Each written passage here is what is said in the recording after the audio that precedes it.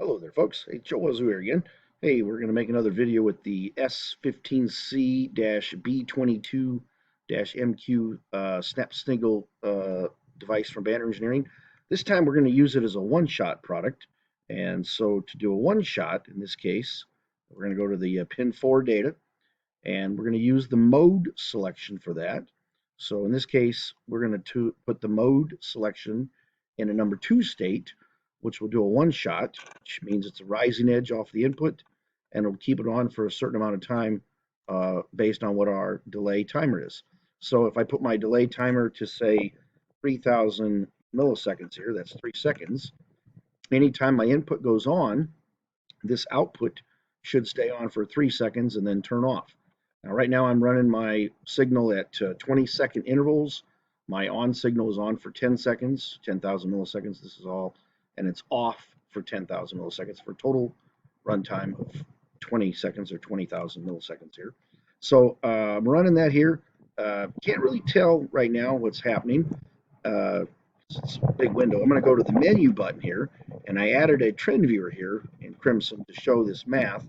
And so if I click here, just to stop it, the green line is my input signal. That is being run. It goes on for 10 seconds and then off for 10 seconds. And the yellow line is my output here on this thing. So if I go back to live, let it run on, and you'll see that it's pretty consistent.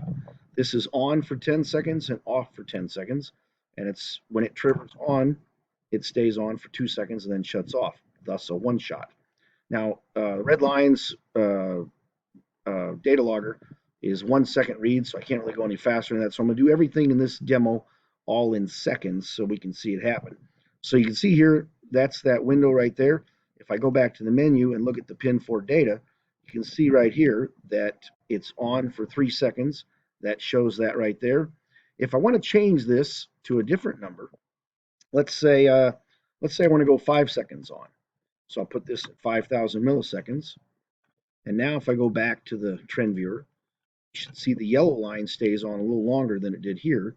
This time it's going to be on for 5 seconds. You can see here it is, compared to this being a 3-second window.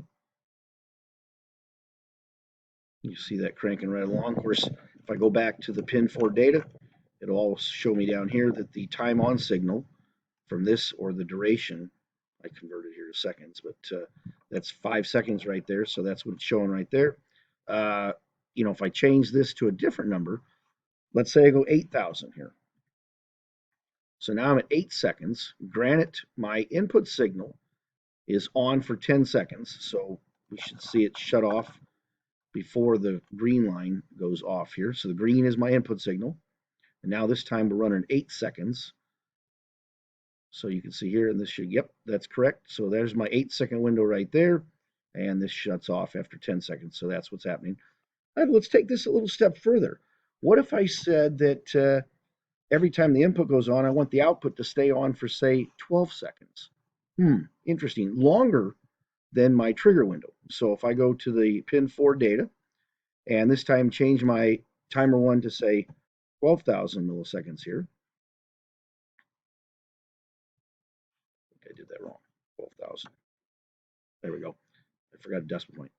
Or not a decimal point, but an extra zero. So there we go there. Now if we go look at our trend window, there's my blip I just did right there. But this time it's going to stay on for 2 seconds past the on signal. So let's let it settle down here. So there it goes on. The green line, remember, is my input. The yellow line is my output here. When the green line goes off, we should see the yellow line stay on for an additional 2 seconds. As you see right there, correct. So now my window is longer than my input signal. And of course, if I was to change my input signal to something faster, let's see if I take this to 10 seconds here. Change this to 10 seconds here.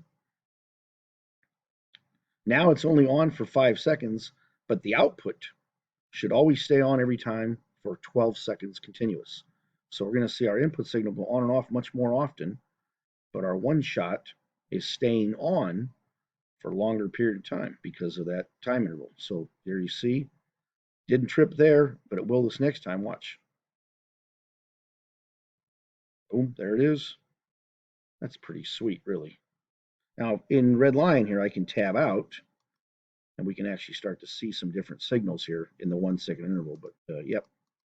So that's using a one-shot mode here based on the rising edge of the input, turns on the output for the amount of time that you have in your delay one timer. I'm using pin 4 for this, so the delay one timer here is right here.